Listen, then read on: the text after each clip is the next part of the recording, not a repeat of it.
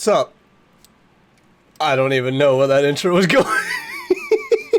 What's up, everyone? My name is Switch. Oh, dear God.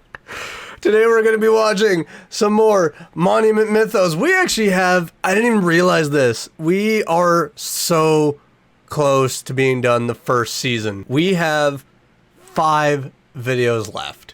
We have Washington Wormhole, Delaware Double, Rockefeller Tree Tragedy, which is almost 19 minutes, Canyon Crown, and Freedom Faller, which is 12 minutes. Do I dare to watch them all? Try to understand each one individually. I'm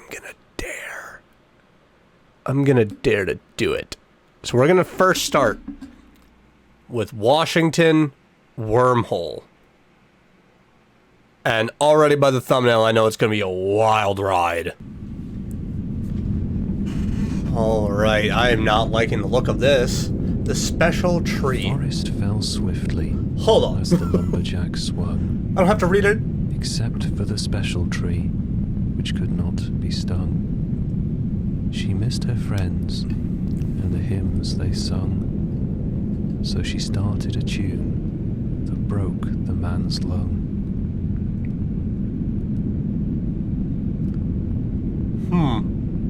Ooh, what is this? I was gonna say that this looks like a timeline. Is this the timeline of all the events in Season 1, or are these events in Season 1 and more, or 1840? First photograph of the special tree is taken. Did they build it over the tree? Oh my gosh. Building the monument over the tree, huh? Construction begins. That's one way to hide it, but now you've just built like a pylon for the paranormal, supernatural, whatever. 1861 to 1865. Construction halts due to the American Civil War. Prisoners of war are seen being led into the unfinished tower. It's like everything else that's been shown is like they're being led, but no one coming out of it. So they're probably being tossed into the wormhole is what I'm assuming. As a sacrifice, maybe? I don't know. Construction is completed. You can't see it anymore. But I have a feeling that it's probably going to start breaking through. I'm calling right now, the end of this video is going to see it breaking. Visit the Washington Monument and listen closely. Hear the music within its walls. 10 cents per head. The Washington Monument becomes a major tourist attraction. It still is to this day. Except you can't get close to it. Because I'm pretty sure when I was in Washington a couple years ago, there was no way you could, I don't think you could get right up close to the building, to the monument. Are those all the victims of the Washington Monument? From 1910 to 1971, 20 individuals disappeared while visiting the Washington Monument. Did they get let inside? Missing visitors are known as Washington absentees. Did they wander inside, get let inside? What happened there? Oh, we got a short. We got a very, very short. Washington Standard Operation. A classified film titled Washington Standard Operation is leaked by news agencies. And they didn't get taken down? Granted, it was 1970s, so stuff probably wasn't going to get shut down as fast as it could nowadays. Monument entrance door. Okay.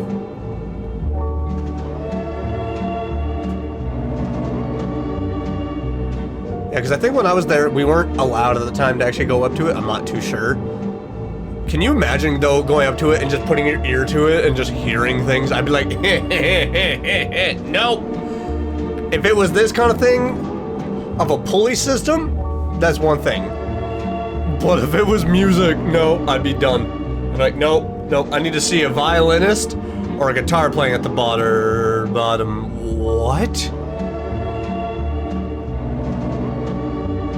Why were they dropped?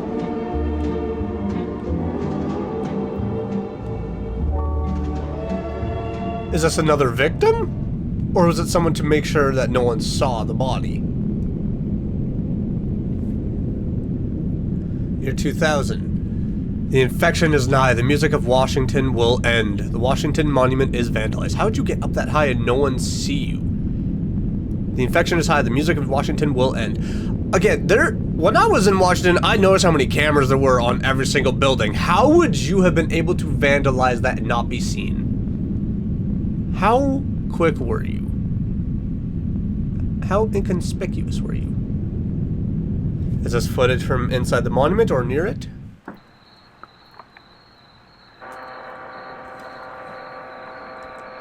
Well, something's gonna break through. Something's gonna break through the top.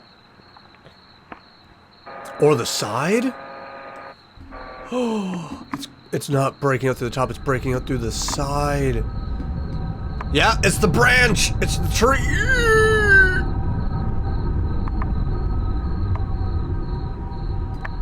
Is that a mirror of it? Zoom out, please.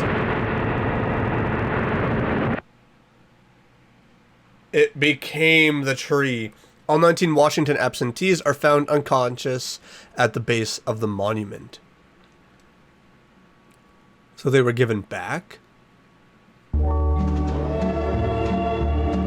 That feels Lovecraftian. That heavily felt Lovecraftian at the end there, and I am here for it. I'm loving anything that kind of touches into otherworldly stuff, and that for sure did it. I mean, a lot of this stuff is kind of feeling like it's touching otherworldly. The Alcatraz attack, because I mean, it was an island that was able to split off and replicate itself.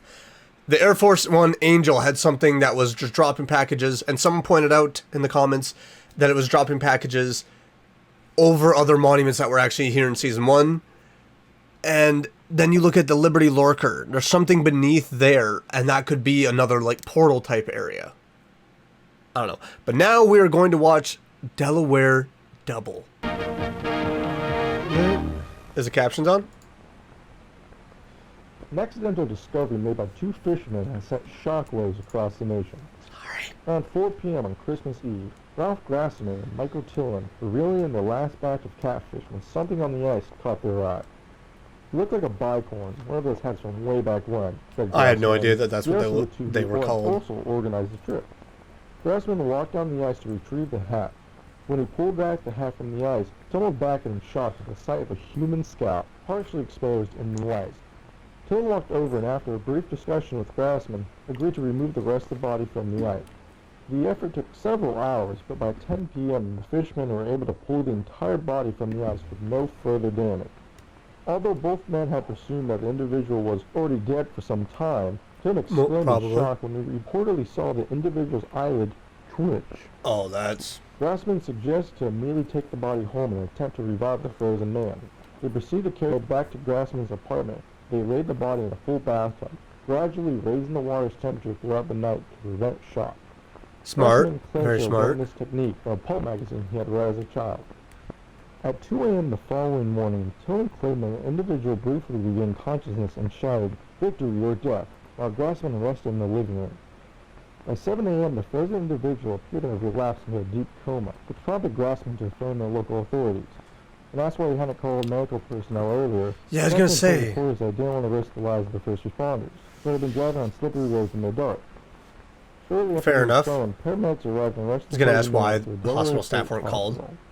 Throughout the experience, both fishermen thought the individual's face seemed vaguely familiar. It was only when Tillin pulled out a dollar bill that the connection was fully made.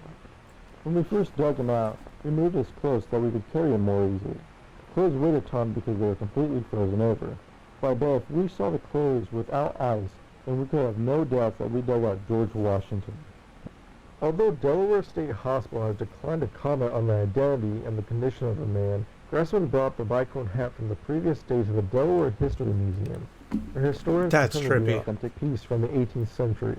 The validation raised more questions than answers. Yeah. Further research revealed that no Washington reenactors or artifacts have been reported missing. Grassman believes that the man he dug out from the ice is the true George Washington. I was going to say, that almost kind of gives validity. Crossing the Delaware River. Grassman claims that the imminent death of Washington could have been devastating to the war effort, so his condition was likely kept secret by having a double acting as the president until 1797. And asked for an explanation to why the body had been found so far from the site of the battle, Grassman replied, "He either drifted away or his men purposely planted it far away so that no one could find it." During Saturday's morning press conference, President Dean shared his thoughts Like, on the discovery. I don't know. in I don't know how 2 likely that would be. I'm surprised. President James Dean! Still wondering about that man. The Delaware Double. Is that the end of it? Okay. The Delaware River Journal ceased operations on 12/28/1976. Did they find out something? And yet again, James Dean is being talked about in this, which we still don't know. This man is just the perfect president, but they talked about, like, oh, him having a double and everything, but because I don't know if being frozen would completely keep his entire body intact that long, and I'm pretty sure he wouldn't be alive after that many years. I mean, it's a nice thought when you talk about cryogenics and everything, and be able to freeze a body and then thaw them out 100 years in the future and all that. It's a really nice thought. I don't know how far we are in science to be able to actually say, like, oh, we have the possibility of doing that. It's a nice thought. It's a nice little, oh, hey, maybe we'll do it. But, oh, man. That's trippy. Imagine pulling out someone who you thought was long dead, who is also someone that you read about in history books. You'd be like, hold the phone. I gotta call someone. I like the fact that they gave a quick explanation as to why health authorities and first responders and all that were not called.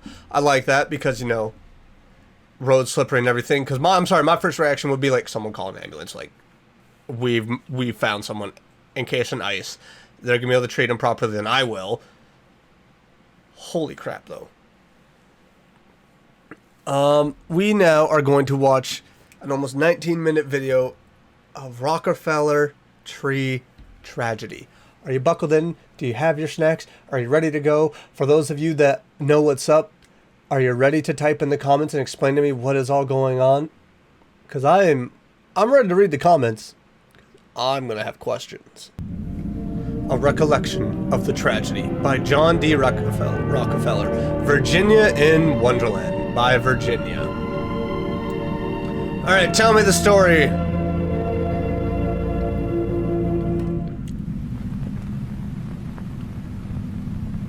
Oh, I thought this was about to... The first winter Does have voice of the acting, center's voiceover. construction, the workers set up a Christmas tree just outside the entrance. It was an uncanny sight to see a green fir stand in the middle of what appeared to be a no man's land. But this tree, humbly ordained with strings of cranberries, buttons, and tin cans, greatly affected me. It demonstrated that even in the darkest of times, the American people will light the beacons of hope.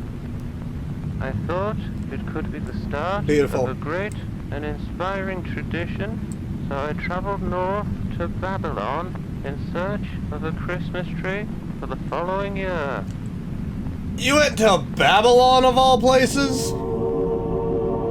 I'm sorry, when just like looking at history and all that and text and all that, like Babylon's never been referred to as a great.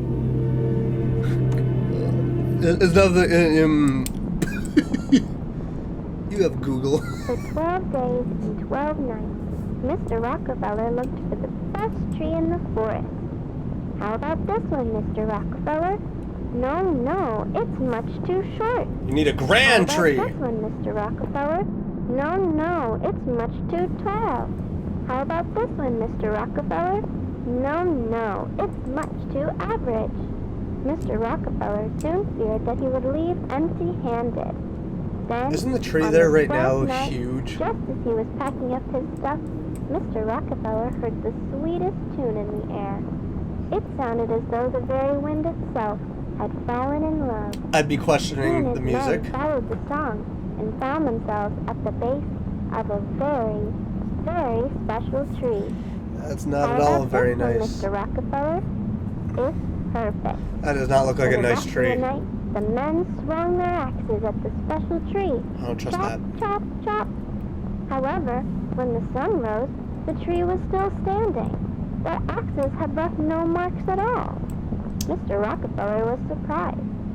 The next day, Mr. Rockefeller and his men laid 100 sticks of dynamite around the tree.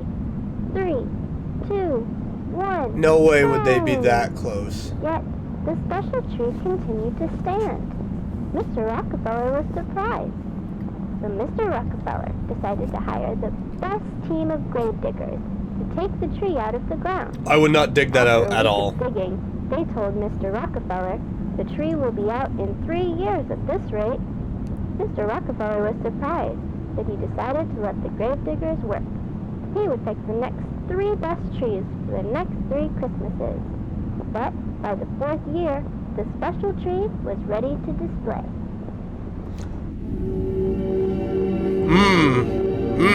I would have been worried about digging up that ground that maybe dead bodies would have started rising from around it. That's an evil tree, in my opinion. That's a no-no. For the last 2 years, I have seldom mentioned the tragedy that occurred at the center. Many have taken offense at my silence, claiming it to be the result of a desensitization to workplace accidents. Oh no. Indeed, I have seen enough accidents in 3 lifetimes, but nothing could have prepared me for what happened at the center. For some time now, my friends have blamed the center's original construction workers for the tragedy, since it was their very own Christmas tree that had started the whole tradition. But the truth is that their tree brought joy and wonder to the public. It was my tree, and my tree alone, that brought about the unprecedented loss. See, what was meant to be a very loving and kind gesture to the people around to bring more joy and hope ended up turning and being used against the people around there and just brought despair and death. On a cold December morning in Midtown Manhattan, Rockefeller's men I'm already calling that. slowly raised the special tree. Heave ho! Heave ho! Just a child heave ho! reading this out is By the awesome. afternoon, the special tree stood tall and still. It was unlike any other tree, having no color, branches, or leaves. It just looks like a The mayor claw. of New York, Mr. Guardia, thought that the tree was too bare and asked for branches to be added so that ornaments could be hung. Mr. Rockefeller didn't agree. He thought the tree was perfect, just the way it was. But since Mayor Guardia had been one of his best friends, Mr. Rockefeller told his men to glue some branches on. I, Virginia, watched as the men placed branches on the special tree. I had saved my money for over 9 months to purchase a little star I'm assuming ornament. gluing the branches I wanted pissed to be off the very first the tree. person to decorate the Rockefeller Christmas tree. It laid in my pocket while I watched, because I planned to hang my ornament as soon as the tree was standing.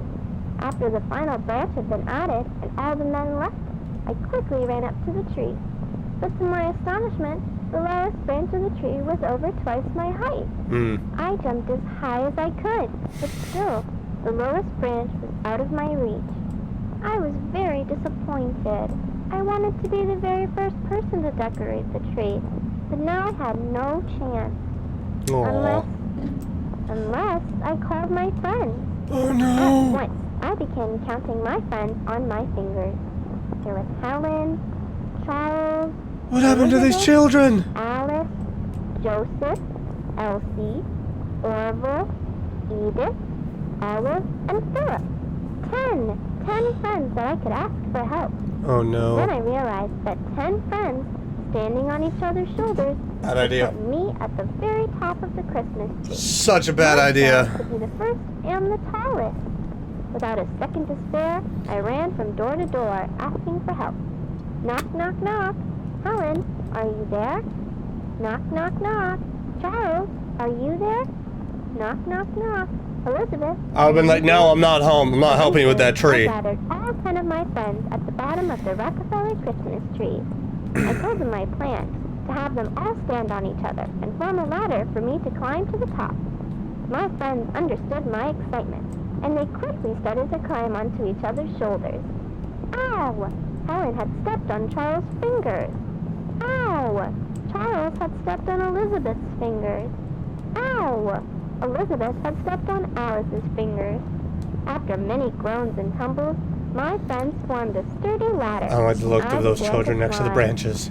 My joy grew with every passing face. Before I knew it, I was at the very top, looking down at the tree. My ladder of friends swayed back and forth, and occasionally felt like it was about to collapse. But I tuned out the movement and focused on the tree. Closer, friends, closer. Then I secured the metal star at the top of the tree. It was perfect. And then it hurt. And then it just like the whipping tree or whatever from Harry Potter, just like whoosh. I'm assuming. The tree began to shake. Its Oh my god, I was right. branches fell off all at once, and the entire tree slowly bent backward. Soon, the very top of it touched the ground, forming a perfect arc. It's a doorway. It was a very strange rainbow. My heart That's what it looks sank as I saw my star gently slide to the ground from the tree's top. No, I just wanted to get it off. Bolts of lightning then shot out from inside the arc of the tree, producing thunderous booms. No, it is a The door. lightning scared my friends and me. We all tumbled to the ground and ran in all directions, but the lightning caught up to us. I was blinded by a great white light. I remember when my eyes adjusted, I was in a field of special trees. Lovecraftian. Feels Lovecraftian. And I saw No! No!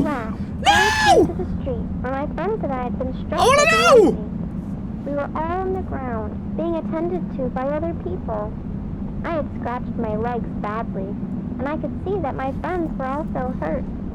I looked up at the Rockefeller buildings, and I thought that they looked a little different. The tree's gone. The street looked a little different, and the special tree was no It longer returned to the in sight. forest.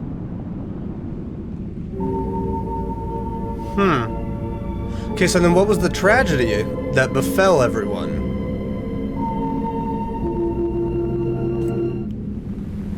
You better tell me. It is only natural for the reader at this point to wonder why the incident has been referred to as a tragedy.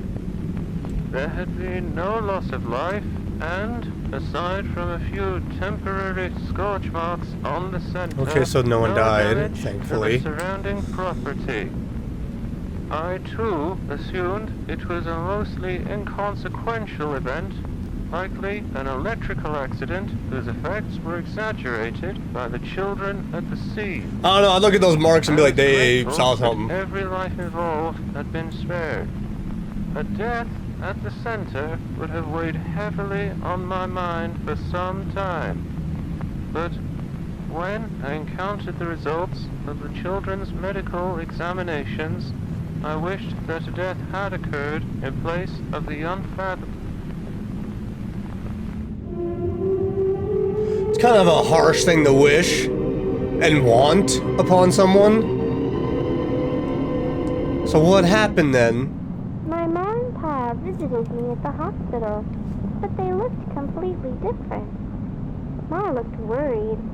After she wiped her tears, she asked, "Did you hang your bear at the Rockefeller Tree?" I answered, "It wasn't a bear. I was going to hang a star." To which they asked, "What do you mean?" Pa asked, "Where did you get these clothes?" I answered, "These are my clothes, the ones you helped me put on this morning." To which they asked, "What do you mean?" I'm calling right now. They got put into another universe. They got switched. They got switched. Parallel universe. Kind of. That's what I'm going with right now. They got switched. It happened. Oh dear God. Or something else happened, and I'm not entirely sure. My ma then asked, "Why are there dots all over your face?" I answered, "Those are my freckles. I've had them since I was little." To which they asked, "What do you mean?" My parents quietly left my bed and talked to my friend's parents. Then they all started to cry and yell. The nurses made them leave, which made me feel better. None of us thought that our real parents had visited, but they all did feel familiar. Orville and Philip were especially shaken. They didn't even share the same last name with their parents. The nurses tried to convince us that those who had visited us were our parents, and that we would come around to properly greet them after we healed. but it was hard to believe. Whenever I looked out the window, I saw that Manhattan looked different from memory. Mr. Rockefeller himself was kind enough to visit us in the hospital. He asked us whether we were okay, and then after some time, he and the nurses began to ask us some very easy questions about American history. With every reply, they would chuckle and shake their heads, until I told Mr. Rockefeller who I thought he was.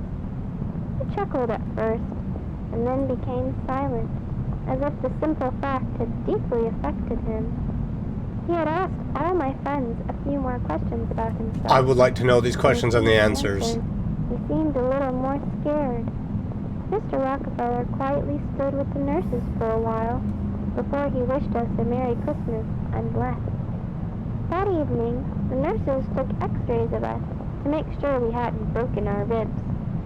Usually, those taking the x-rays are more than happy to show their patients what the pictures looked like. When I asked to see them, the nurses ignored me. I didn't fall asleep that night. I kept my ear close to the wall to hear what the nurses were saying next door. Ooh, that's dangerous. I heard one sentence over and over. Everything's backward. I wonder what they meant by that. I never told my friends because I didn't want to scare them. Their internal organs are not right? To my chest, wondering if my heart was ever on the right side. What happened to these kids? Rockefeller, give explanation, please. For several weeks, the children were kept under observation at the Columbia Presbyterian Hospital. I visited them as soon as I had the chance to. All the families of these children were deeply unsettled, that they had all independently come to the conclusion their child had been replaced by a doppelganger. They claimed that these new sons and daughters possessed substantial differences from their real children. The majority of differences involved altered physical attributes and the inability to recognize familiar locations and characters, such as their parents and their homes. Two boys even claimed to have names different to those that their mothers had given them at birth. But of all the discrepancies, the most bizarre was their faulty recollections of notable persons and events. For instance, each of the affected children claimed that I had become the wealthiest man in America through an oil monopoly. It is common knowledge that I did indeed work at an oil refinery in my youth, but to entirely deny my 2 terms as president and insist instead that I had always been a mere philanthropist struck me as being particularly odd. The families were agonized by the children's behavior. Some continued to search for their real children. I support their endeavors, for I do not believe that the children's afflictions were the result of hysteria. I think these children were like switched in different universes, man. I find myself recollecting the day that I had selected the tree. I have since realized the difficulties involved in the removal of it should have repeatedly discouraged me. And had I been discouraged, the families of those children would not be experiencing the anguish that they currently have. Perhaps I never had the opportunity to select another tree. Perhaps I was meant to select that tree regardless of my persistent character. Perhaps we are all trolleys. The trolley challenge, like, will you pull the lever? To each of our destinations. I take solace in that thought. Or perhaps the tree chose me. That is a Very creepy picture. It's a creepy picture indeed.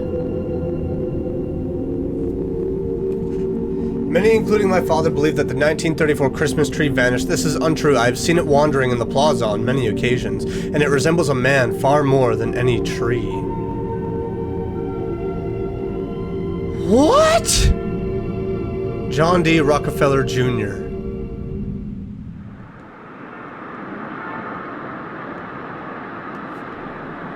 A man?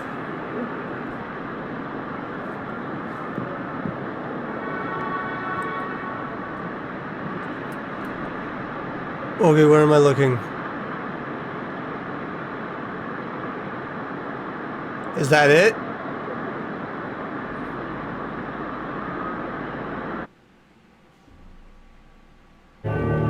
Rockefeller Tree tragedy. Okay, so I'm not gonna lie. Sometimes this hurts my eyes. Sometimes it hurts my eyes. Because I really have to focus on a lot of this stuff because it is grainy. And man, when it's like a blink and you miss it kind of thing, oh my gosh. I don't know a lot about American history, so I don't know exactly who Rockefeller was. Give me a second, I want to look up who was Rockefeller. Rockefeller was an American philanthropist. He has been widely considered the wealthiest American of all time and the richest person in modern history. Okay, so yeah, like I said, that just is buffing my theory on they just switched universes. They went that's my theory. I'm probably wrong, but you don't know. Now we're going to we're just going to watch Canyon Crayon. What? Canyon Crayon? Canyon Crown. Oh dear Lord. My crazy Grand Canyon adventure. Oh, it's gonna be in this format, not the grainy filter? It's like someone doing a family slideshow for their friends of a family adventure of like, hey guys, look what I got to do. I'm here for it. I know it's gonna get creepy. Me and my brother deep in thought. It's exactly like an early 2000s slideshow that, you know, that mom and dad decided to be like, oh my god, we have to show our friends this. We have to show our friends, look at what we got to do last summer. Like, oh my god, look at this wild picture. He's gonna fly. Like, that is what this is. That is the vibe I'm getting out of this. Like, oh my god. Oh, I'm here for it. Then I saw something really weird. What'd you see?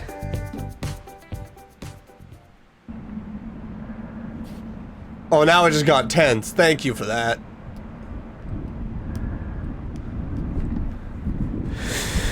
What did you see? Something moving?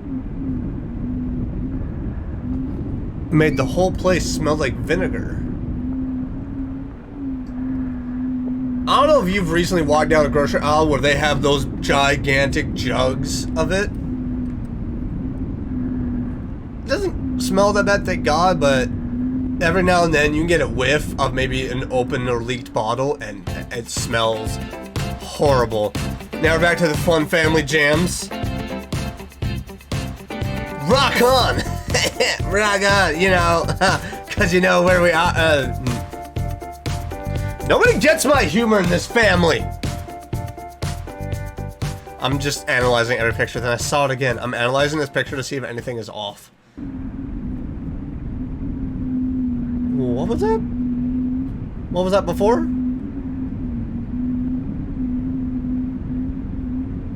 Pan up. Pan up. Faster. Faster, dang it.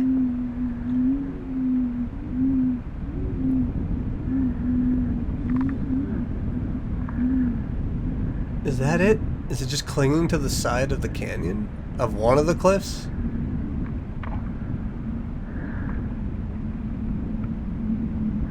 Why is it when you zoomed in you went down a little bit and not... Imagine just a head. Caution, sheer cliff. Control your children and pets. Oh no, we're gonna die. I'm sorry, whatever that was. I've been like, yeah, I think it's...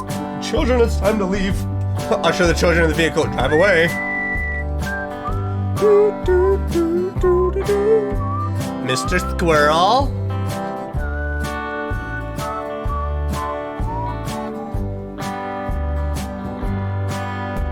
Are we gonna see in one of the pictures? We did a little research and found out what we saw. It's called or a canyon crab. Yeah, I'm not even gonna try that. It uses vinegar to shrink its huge head back into its body. My dad said the reason we went on this trip was so he could find his sister Maya.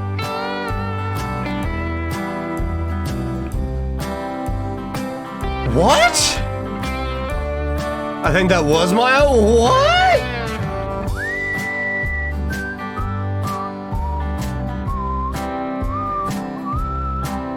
I'm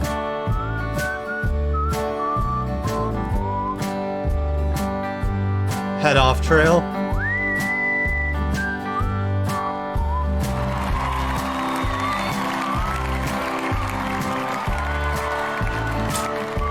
This is one of those videos of also it gives me the vibe of the early days of YouTube when I was a kid, when YouTube was like getting its start around, what was it, 2005? Somewhere around there. And this was just some of the videos that people would upload. It gives me the vibe, but the fact that there's like, oh, we're pretty sure people are turning into perhaps gigantic creatures in the Grand Canyon. What the fudge? Alright, and now we have the last video of Season 1, which is Freedom Faller. It's a 12-minute video. Are you enjoying your snacks? Are you having a good time? Do you need a refill? I'll give you time. You got a couple seconds. You got a couple seconds. Go to go get a refill on your drink. Go to the bathroom if you need it. Yeah, I got time to wait. We're watching the video. Freedom Faller, baby! You better run back to this video! You don't have that much time. Excerpts from a series of exchanges from 1858. Alright, show me. Am I going to have to read this out, or is it going to be Thomas U. Walter, Thomas Crawford, Montgomery Meigs, Alfonso Zafino? Come on. Liberty must stand on the Capitol Dome. Yes, I will fund an artist to bring the statue to life. Oh, it's going to come to life, isn't it? It's going to come to life, alright. Livorno, Italy.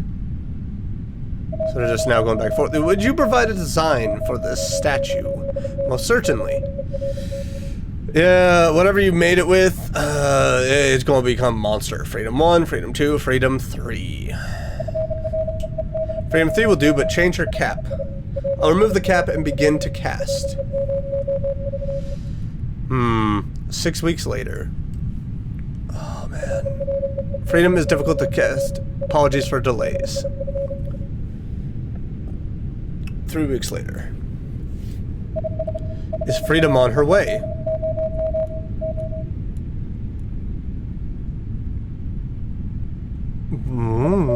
Inspector Defino speaking. Mr. Crawford passed away. Monarcha will receive Freedom. Expect arrival in a month. Why did he pass away? What happened to him? Did the statue kill him? Was it like a weeping angel type thing? Part 2, daughter. Text and illustrations by Nina Crawford. Read by an Italian student in Gibraltar. Gibraltar? Gibraltar? I'm gonna go with Gibraltar. So this is the daughter, then, of the person that was the sculptor. Papa's sketches for Freedom are beautiful. She looks like Mama if she was a queen. I asked Papa if he could make a statue that looks like me. He said yes. Papa went to his studio today. I asked whether he started working on my statue yet, and he just kept smiling. I think he is. Papa is very kind. I don't like the way that you just made his eyes empty and cold. We have not heard from Papa for a few days. This has happened before since he likes to work at his studio for a long time. But Mama was very worried. Why would your mom be worried? Ooh. She left for his studio after she talked to me about, oh no, your mom and dad aren't coming back. Mom returned home tonight. She went straight to her room. Oh, never mind, she did return.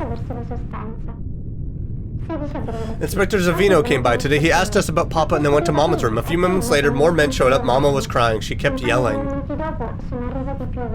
Uh-oh. Oh, she saw something that broke her mind, didn't she? She has his eyes. She has his eyes. I was scared. I ran out of the house.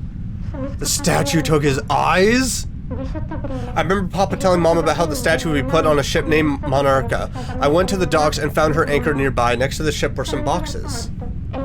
Oh no, don't look in the boxes. Don't open it. Don't open it. Don't do it. Wait, no, you're gonna hide in the box. Parts of freedom were in each of the boxes. I crawl into the box that was empty. I hope to be sent to where Papa is. I feel his spirit around freedom. Oh no. Oh no, did the statue take his soul? I'm very hungry. The boxes are tied with rope, so I cannot get out by myself. There's a loud noise in the room, like clay being dragged across the floor. Oh no. I can hear the ropes being cut and something big coming out of the box. Is it Papa? There are more sounds, like wood being broken. Oh no, the statue's being put together on the ship? Since the ropes broke, I quickly got out of the box and found some bread and fruit in the room next door. She's stowed away on the ship, and I am wrong. It isn't Papa, but it has his eyes. I am scared of going to the box again. I made louder sounds yesterday while I gathered food. I think the men saw me. The box is the only place to hide. I like to think that, you know, you being a child, they're not going to do anything, except maybe scold you. The ropes keep being broken by the thing with Papa's eyes. I'm scared that either it or the men will open my box. Sorry. I'm scared that either it or the men will open my box. I will not write as much because I'm afraid of making noise. I will write again when I am on land. Obviously, she made it on land. She was able to do this report. She was able to put this in writing. The thing with Papa's eyes took me today. It held me as it ran through the jungle. Its sword cut hundreds of trees. So it didn't even get shipped out. It just immediately started just on the move. I could not see much in the dark, but I did see Papa's eyes staring down at me from those metal eyelids. It didn't even let itself be transported. It just wanted to leave. Went down a hole and into a deep cave. After it let me down on the ground, it started fire by hitting its arms against rocks. Thing is very much alive. It has been sharpening its sword on the rocks for hours now, but it has not ever looked down at its blade. Since I have started writing today, the thing with Papa's eyes has been looking at me.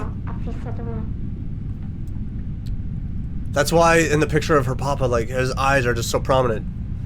Excerpt from the captain's log of the Monarca.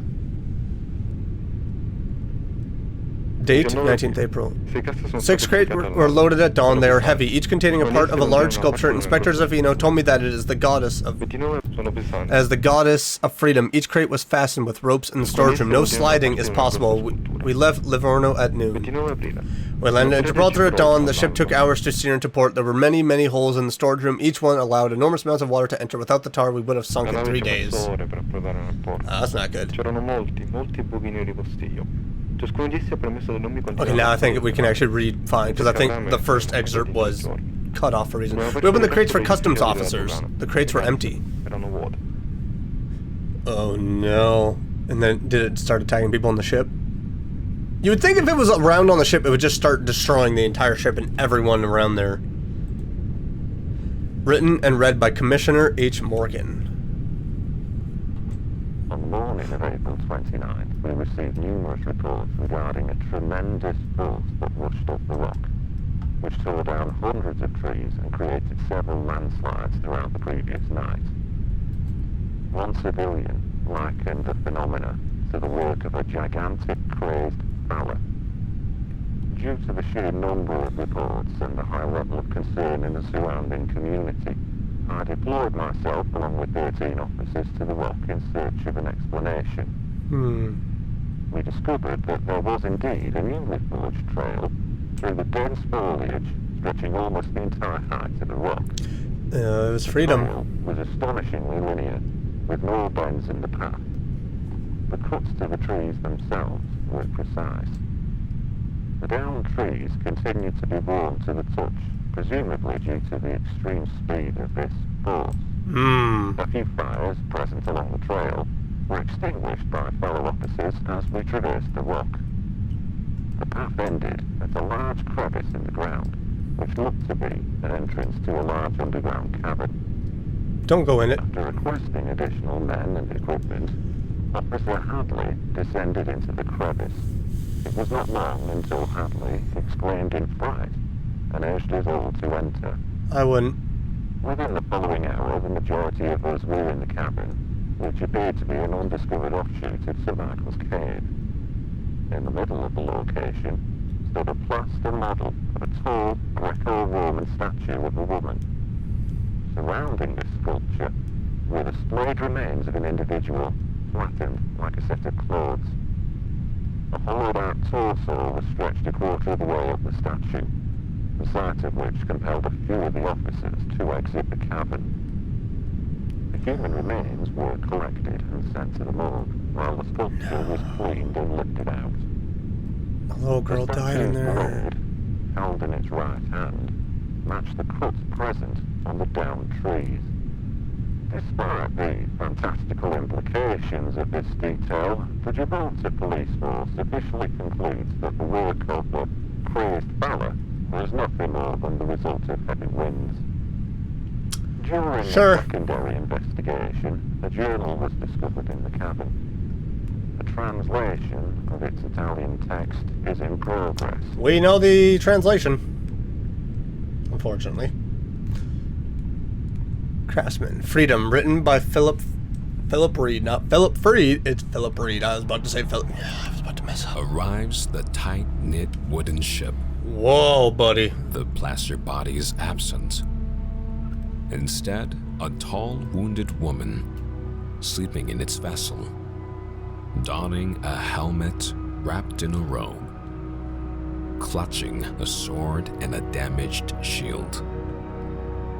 Overheard a conversation with the captain, a violent conflict with Freedom at the port in Gibraltar.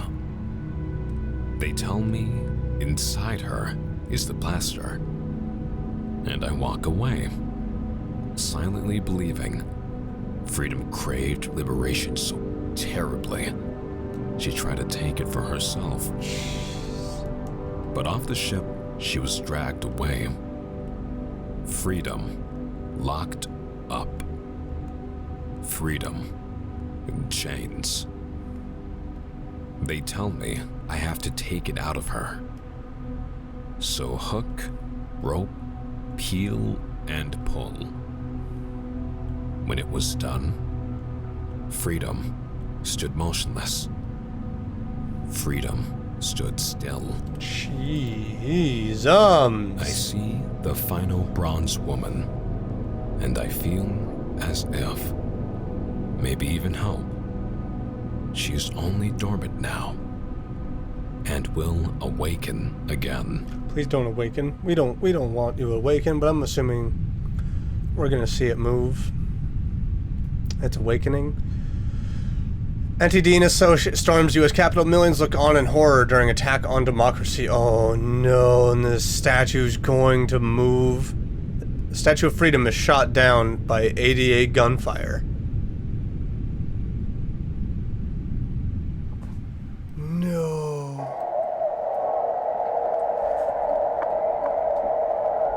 Oh, that's how you piss off freedom.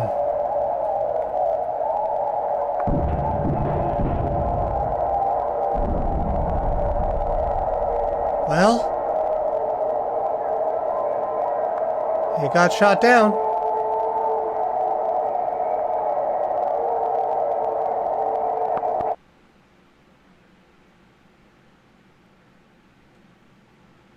Did he get back up?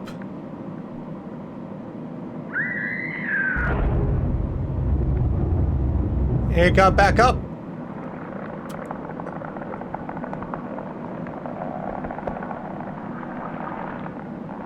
Pan the camera up.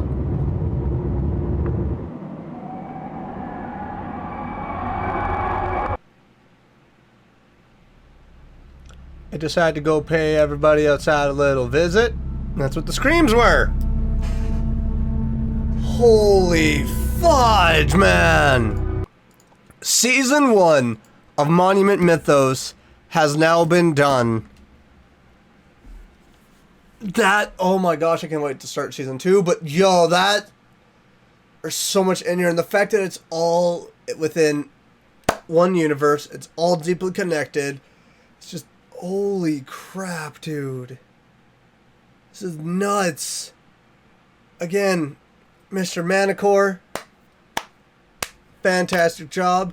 If you want to go and check out his other videos, the other seasons of Monument Mythos, link in the description below to his channel. If you enjoyed this, make sure to smash that like button. Leave a comment down below and let me know what you thought about this. Let me know your gettings from all of this. I would love to read through them all. I can't wait to actually go through them all and just kind of get answers on a lot of my questions and to get a better understanding. And if there's any videos you'd like to see me react to for future videos, leave suggestions down below. I take them all into consideration. You know, but I would appreciate a haha video once in a while. You know, just something to go like, okay. And if you're new around here and you've been enjoying what you're seeing, why not click that subscribe button and click the bell to get notified of my next video. I will see you all in the next one. Bye!